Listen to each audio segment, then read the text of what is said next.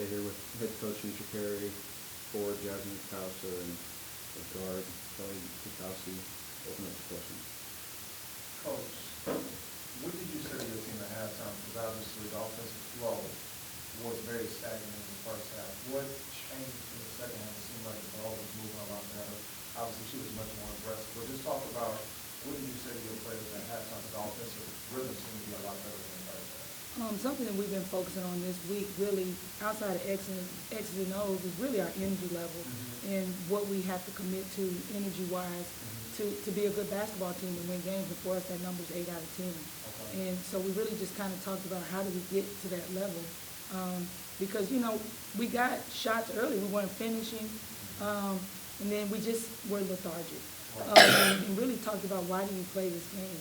You know, if you have a passion about something, you love it, it's going to show. And I felt like, you know, they responded in the second half. And you know, it was ugly.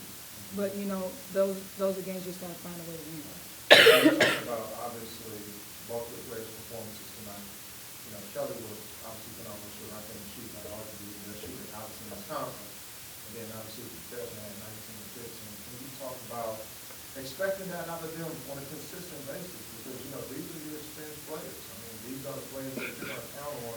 There's a system from all along. So can you talk about just them playing up to this standard and how much you expect that going forward out of those two? It's really, you know, I'm the head coach, of course, but I talk about, you know, it's Jazz and Carly's team. It's their job to really, you see she's trying to drown me out. It's really the team's job to set the bar. And I always talk about the veterans setting the bar for the freshmen. We have some talented freshmen. But have they learned how to play at this level consistently? Not yet. And so that does fall on the veterans to come out and commit to practicing first. And that's where it starts, how hard we practice and just our commitment to bringing that energy level that we need and expecting Jazz to do it regardless of who we're playing. And, you know, even before the game, just our energy level, we weren't hyped before the game. And you look at last week, we played, you know, Georgia State, and the team was very excited. And you got to find a way to do that every night, with or without a band, with or without fans. And that really just comes from them wanting to win. Okay, Kelly, can you talk about, you know, this year you were very healthy, in great shape. Can you talk about just what was your mindset really tonight, because you were extremely aggressive? I mean, you took a lot of shots and rhythm, but when you talk about just playing up to that ability, you know, everyone knows you're a great shooter, but then we talk about just what was your mindset in the second half, because you seem to be much more aggressive. Yeah, coming off of two not very good performances the first two games, I knew I needed to step up, and the focus for myself is obviously defense and rebounding, boxing out, doing the small things, and talking, and coming shots will come. Yeah. And Jazz, how much did that really help you all offensively, you know, her shooting? Because obviously you weren't able to obviously dominate the paint. Once she seemed to get in the rhythm, it seemed to kind of shift their rotation defensively and open up a lot of things to talk about, not only her performance tonight, but how much that can help going forward with what you can do down low in the paint. If Kelly's being that aggressive, and how much that helps you in the paint flow coach. It really can help a lot, considering last year I had a pretty good year, and this year they're looking more to double me, not let me get in the paint. So when shooters like Kelly come in and are ready to shoot when I skip the ball, it helps me a lot to get my confidence, knowing that the next time they might go out there and run to her, and then the next time I might have to post up. So her being able to be ready when she's getting called on, and me skipping it to her and making shots gives me more confidence and builds everybody else, and we get a better rotation of the ball. Yeah, because it seemed like in the second half, once she became aggressive, that's when the flow started. Because obviously, as you articulated, teams are doubling her. I mean, they were running her all the time.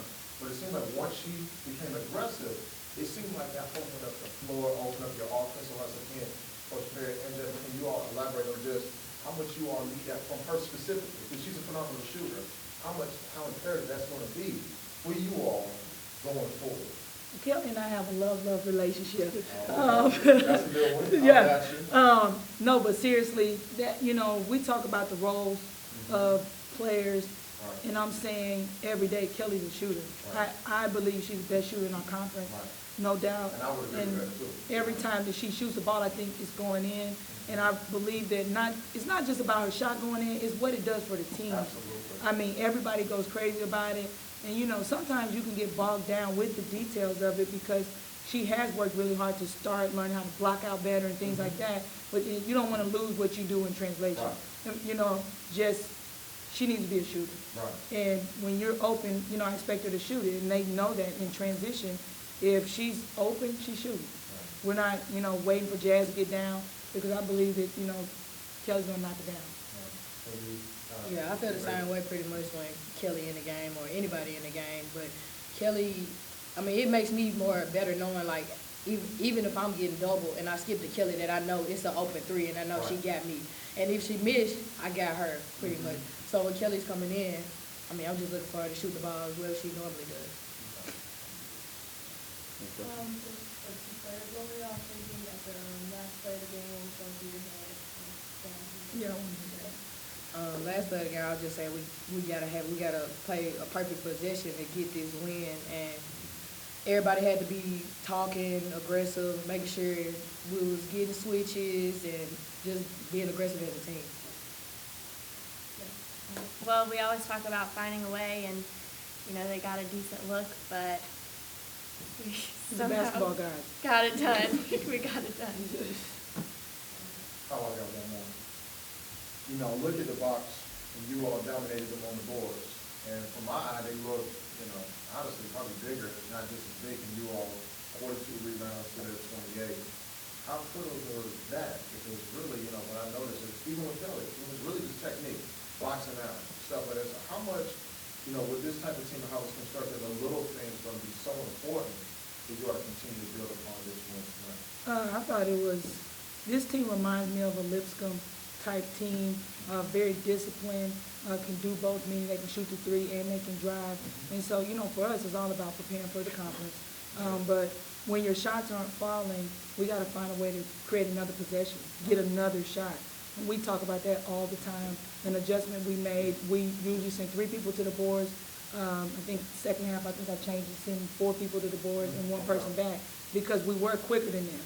And so I felt like that kind of made a difference for us. Any other questions? All right, thank you.